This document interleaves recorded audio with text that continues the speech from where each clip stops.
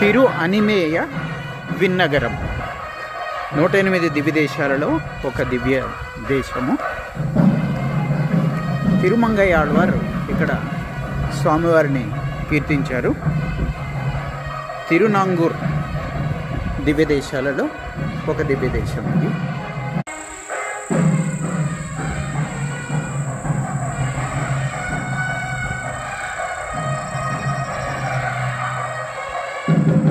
Thirumangai ఆళ్వారిచే కీర్తించబడిన నాలాయర ప్రబంధంలో